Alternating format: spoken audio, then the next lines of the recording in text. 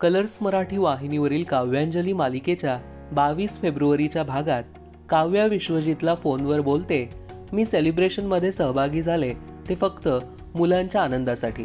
त्याचे प्लीज नको ते अर्थ काढू नका. त्यापेक्षा वेगळं आता आपल्यात काहीही घडू शकत नाही आणि आपल्यात आता जे काही आहे ते फक्त मुलांसाठी आहे. काव्याचं हे विश्वजित सोबतचं बोलणं अंजली ऐकते आणि तिला धक्काच बसतो.